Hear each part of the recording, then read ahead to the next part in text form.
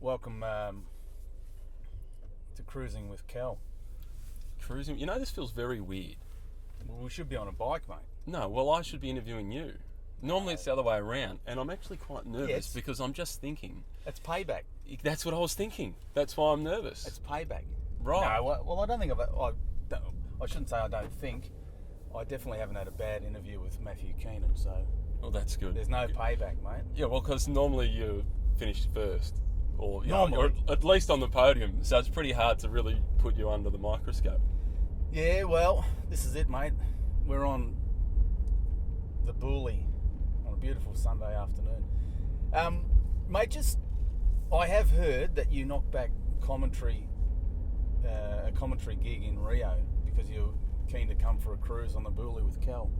I thought, what better thing to do than come for a roll along here with you as opposed to go to Rio for the Olympics. I thought that. Yeah. No, I didn't knock one back. I didn't actually apply for one. No. Because I go away to go to the Tour of Spain. Yes. And it slightly overlaps, so I wouldn't have been able to do it. Plus, I had to protect my ego, right? Because I don't reckon I would have got the gig. Don't reckon? No. Phil's in the seat. He is. And for the audience that watches the Olympics, and for the audience that watch the Tour de France, they love Phil. And he doesn't actually matter what Phil says. But I did knock back a gig for the London Olympics. So I got offered a gig at the London Olympics with Fox, which was roving reporter. Yeah. And that would have fallen, as it does with Rio, in between the Tour de France and the Vuelta a España. So it would mean Tour de France a month away from the family, another couple of weeks away from the family at the Olympics, and then another month away from the family at the Vuelta. So it would have been basically 3 months away from the wife and kids. It wouldn't have gone. Gone down well. The Minister for Home Affairs would have turned into the Minister for War. So, and the Olympics are great, but I'd rather spend that time with my kids. Yeah. Oh, that's it, though. But, that amount of time away from anyone is a long time. It's a long stint. Especially growing kids, as we know. They don't stop. No. They don't wait. No, exactly. So just with the commentary, Matt, I have heard, I hear a lot of rumours, mate. I hear rumours. It's not the rumour file. It is. Now, I heard that you tried to trip Phil Liggett up. Really? So you get the main gig. Not quite. Not quite? Yeah. Not true? The laxative didn't work. No, I wouldn't be in the gig without Phil. No, he is a legend. No, I seriously would not be in the gig without Phil. Okay. So I was working in a normal job, office job, corporate affairs, media advisor, writing speeches, that sort of thing. Yep. And I was doing commentating on the weekends and using my annual leave to do commentary gigs. And then the Tour of Qatar in 2007 clashed with the Tour of California. Yep.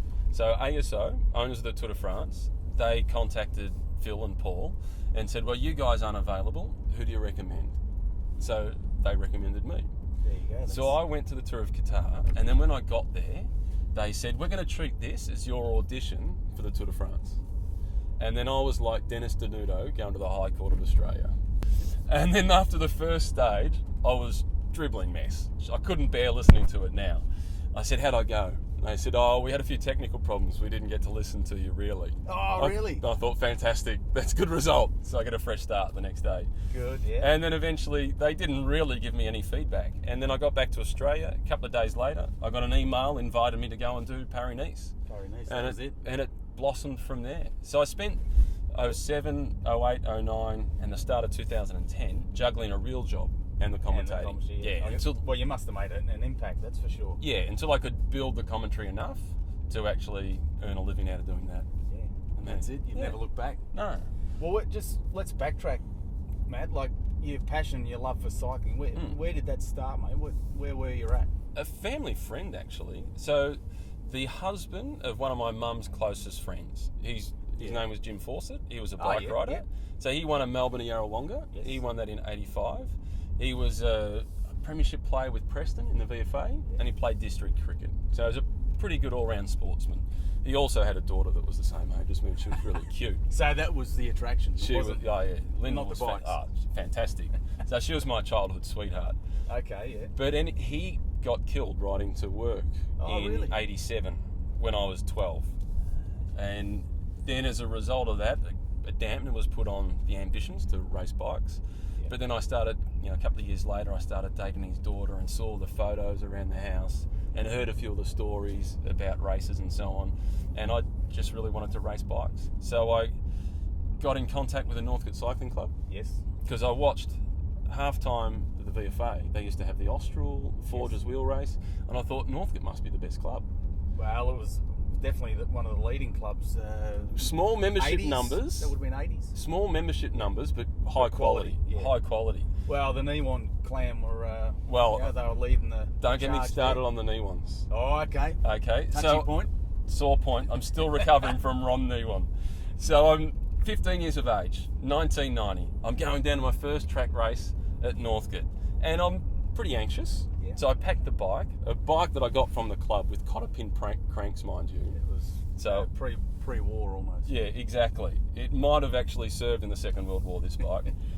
Anyway, I forgot to take a spanner to put my front wheel back in. Ah, yeah. So I've got my number, and I said to the guy, Pat O'Keefe, handing out the numbers, "Have you got a spanner I can borrow?" He said, "Go and see that guy over there. His name's Ron Niwan." I can almost read into this. So I'm over to Ron. Hi, Ron. Hi, Mr. Niwan, actually.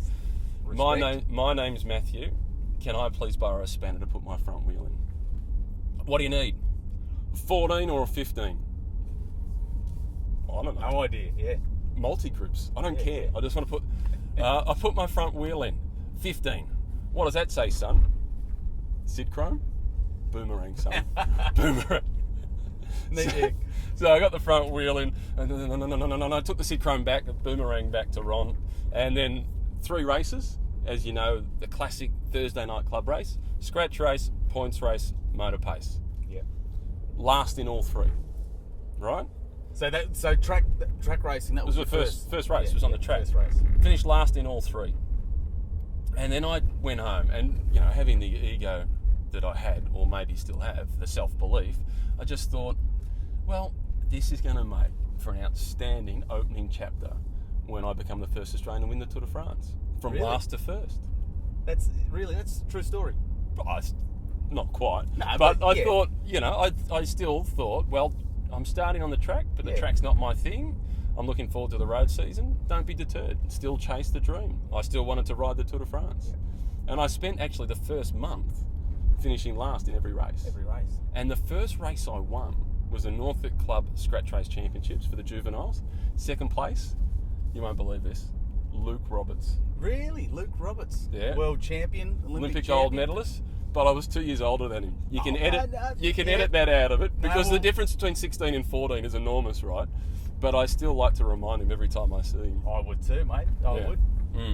So that's where it fair. all started. And then Very I good. started road racing, and I was, as a bike rider, I was really good for other people's confidence. Yeah, because Someone's got to finish behind them. They lined you up. Yeah, exactly. So what age were you then?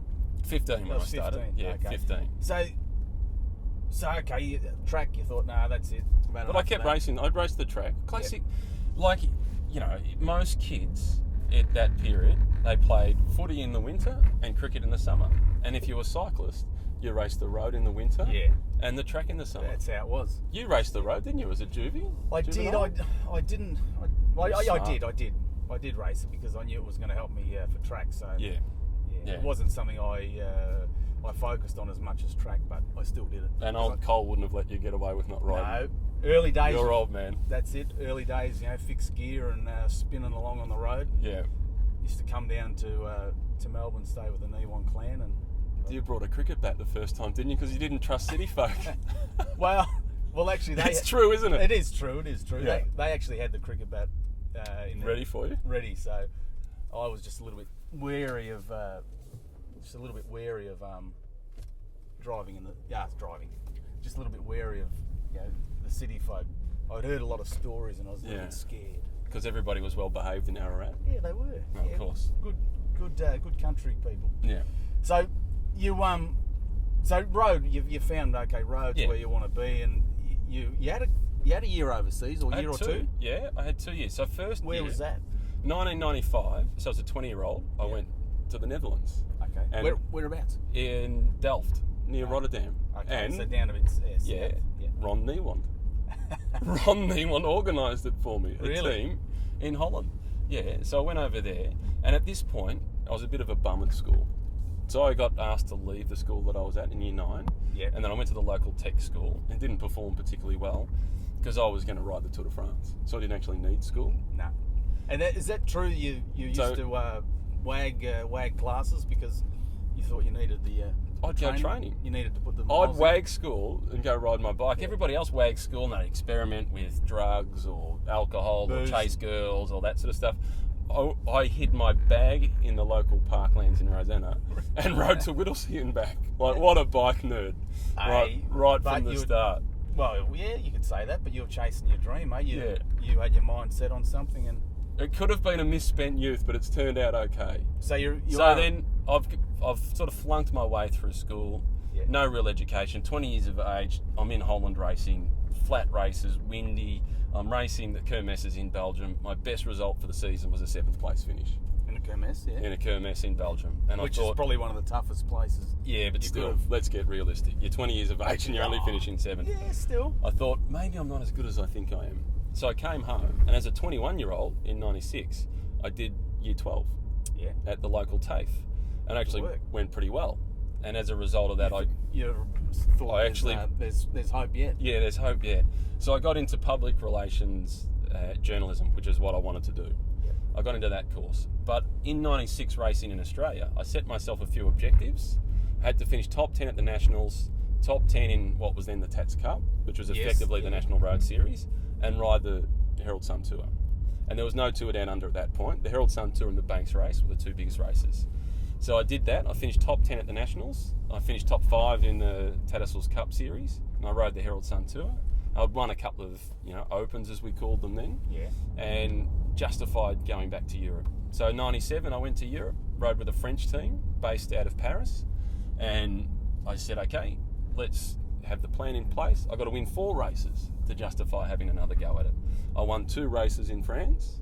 Yeah. And I didn't win 4, so I didn't achieve what I didn't follow the plan. So I said, okay, that's it. I'm racking the ambition to try and become a pro cyclist. So took up the university degree, went to university, and I still had 2 races that I wanted to win. So I wanted to win the Jim Fawcett Memorial for the guy that got me into the sport, and I wanted to win the Northern Suburbs 3-day tour. Because that honour roll, it had the Sansonettes, they dominated the honour roll. Ian Chandler, Michael Wilson was a winner of the Northern Suburbs 3-day tour. Cadell finished second to Marcel Gono in 94. Some big names. Mitch Docker was a winner, Will Walker a winner. They came after me. So I won those 2 races, and then the Northern Suburbs 3-day tour was the last race I rode. But then I rode another race this year for the first time. I rode the Jim Fawcett Memorial again. I did read that. I did see that you trained up for it. I trained my ring out for 8 weeks. You trained up, and what was the result? 9th. But I was off 3rd. Like, I had a fair start. That's right. How many years on? 17 since my last race. Yeah, still, 16, mate, 17. We know 17 years, you lose a lot of condition. Yeah, I really enjoyed it. So what's the next race? The process. I don't know. I've got the licence now. So what's the licence is $350. So it's an expensive one-off race. It's like being a member of the MCC and only going to 1 game for the year. No, I'm going to say there's a few more races to come. I might do a couple of crits once the weather, the good weather starts. But today's a good start. Today's good. Might get down to Kew Boulevard on a Wednesday with Hawthorn. Yeah, good little course around the teardrop there. That'll hurt me. Well, mate, with the Olympics on and obviously road has been run and won, and in the middle of the track racing, and I'm not sure that you saw the action on the Kieran there last night with the Dutch lady. Dutch woman. She rode the fence. Have you done that? I've come close to riding the fence, but I always tried to ride down the bottom of the track. Yeah, go the short way home. No, actually, my last Kieran not my last 2004 Olympics. I almost rode the fence. Yeah. And you got bronze then, didn't you? Bronze. Yeah, we had a similar incident where the guys down below got tangled and pushed everyone up. But I was close, but not as skillful as that. How she stayed upright. Like, that is the Houdini of the Olympics. That's called riding the fence. Yeah, she used to be a speed skater. I see that. Yeah, impressive. Highly skilled to do that. Well, whether it was just luck, but I'll go with skilled. So I'm going to take the kids down to the speed skating rink at Docklands to get their skills up before they can ride a bike. Yeah, it was impressive. So just, I want to congratulate yourself with the commentary with Robbie. Thanks. The Tour de France. I thought very insightful and the just ongoing action and to a T of exactly what was going on in the race was pretty good. Yeah, I was happy just to have some company. Because You're in your little box, aren't you? Yeah, we're in our box, all right. It's seriously, this car is wider than our commentary box. We've got more space in this car. But I did the first 9 tours commentating solo. And it doesn't matter. You can be Murray Walker, you can be Martin Tyler, Richie Benno, the best commentator in the world on their own. Yeah. Just doesn't stack up. I don't want to listen to myself on my own for that long. Nah, you go crazy. Yeah, you got to have a co-commentator. And to have Robbie in the box with me. Well, he knows his stuff. A little bit. So, just for the record, how many Tour de France stages and green jerseys has Robbie won? 12 stages, 3 green jerseys. Very good. And 12 stages of the Giro. Yeah, not bad. He's a class act. He's got a record. Class and then act. people say, well, what insights can he provide on the climbs?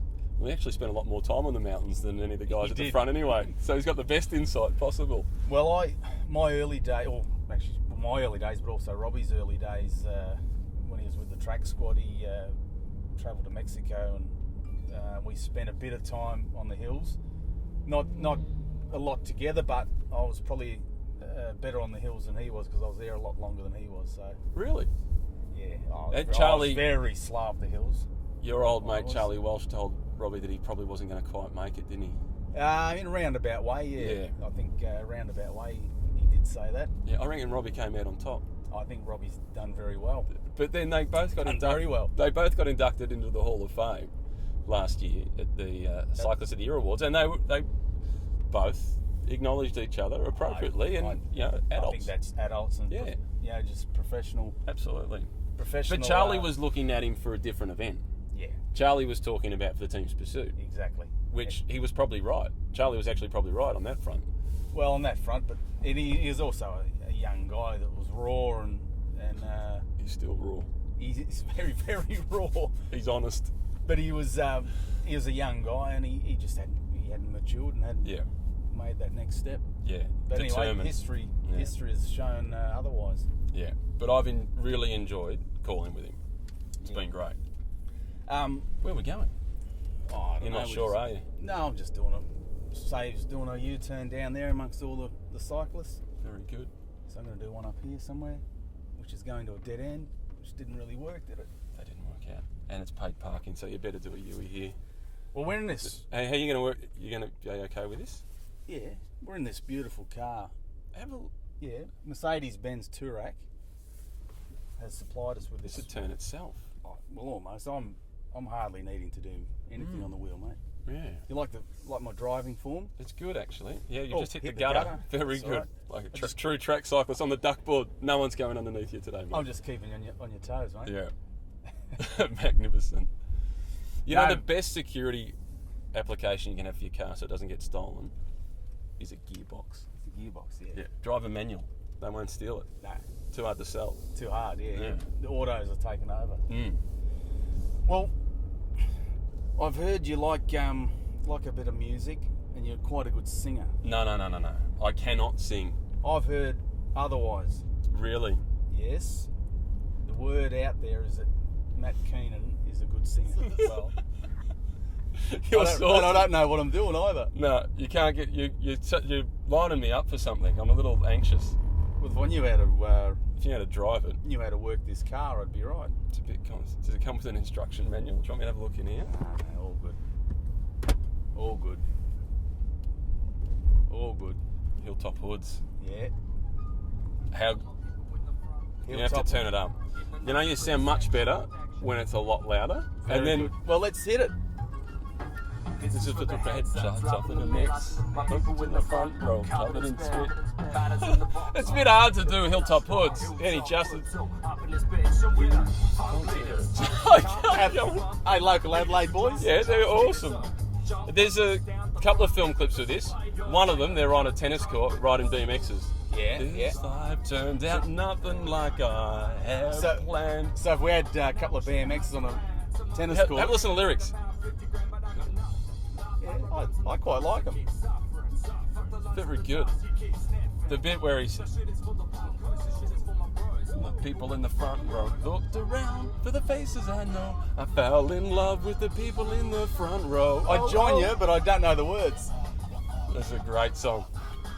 Looked very around the faces I know. So theme song, Fell in love was with this the your theme song for Tour de France 2016? This is a good song. This came out about 07, this song. About the same time I started commentating on the tour. It's a good song to get into the mood for commentating. Because it, well, there's that part as well, where he talks about the breakup and he's not so happy. But it gets me in a good mood. And I often like to listen to something that gets me in a good mood. Well, it's work. And there's another little clip that I listened to watch from YouTube, which is Tony Gregg and Bill Laurie in commentary. Yeah. It is pure gold, and it just makes me happy, makes me laugh. Not the 12th man version. No, the real version. Real deal. Yeah, so it's MCG, Australia versus South Africa. Tony Gregg's calling. So that's 7 for 134. Oh boy, doesn't she look gorgeous? Well, go on, Bill. Say something. Because the camera's done the typical Channel 9 thing, and it's tuned in on some girl in the crowd. Yeah. And Bill... Bay 13. Total silence from Bill. Yeah. Go on, Bill. Say something. He couldn't. Bill only likes pigeons. You dug the hole, mate. You fill it up. Just brilliant. I hung him out to dry. It was great. Gold. They're a good combination. They were a great combination. Yeah, well, that's it. You'd almost watch just the cricket to listen to those guys. Yeah, you did. Yeah. And that's what a lot of people do with film. Yeah. Well, that's exactly. The storytelling. It's a soundtrack of cycling. I got my own little story about Phil and Paul. Yeah. Actually they sort of got me started and taught me everything about driving VIPs around the tour down under. Yeah. So they were guest one, or they were the gold guests. They could pretty well go anywhere. Yeah, absolutely. They don't need accreditation. Yeah, and I was guest 2. So I'd try and follow guest car 1. Yeah. At the start of the race and at the front of the pack, and if a break went, but no, I was pulled back into line very quickly. By Mike Turner. He's firm, Phil Mike and Turner. Paul, Very firm, Mike Turner. Yeah, but great. Yeah, I've done 6 years. He's done now. a lot for Australian cycling. Yeah, a lot. Yeah. But the 6 years I've done, driving people around has been a great Was experience. Paul driving? Yes, Paul was driving, and a lot of people, likes driving. He likes to be in control. He likes it. I think Phil would have a bit of a snooze, to be honest. I've seen him snooze in the back seat. But a lot of people might not know this. Paul is a pie connoisseur. A pie connoisseur? Yes. He would get his guests, get the guests in the car to map out, okay, we're going to be in Harndorf, or we're going to be in Oakbank. Yeah, you need to turn this up. Yeah, this is another song. And he'd get them to pick out a bakery. Yeah. And he'd be on the side of the road hooking into a pie. Fantastic. I believe this is another favourite. You am I. The lyrics of this are brilliant. Been watching so much TV. Thinner than I should be. So much TV. I'm thinner than I should be. Like a waterlogged ball, no one wants to kick round anymore. Got an all-day morning hairdo. Might be a future for you. But no comb can get through. Tim Rogers can't sing either, but he's a great lyricist and storyteller. He's brilliant. I love him. I gotta say, you're doing well, mate. Very well. Miss you like sleep. It's appropriate for the Tour de France. I miss you like...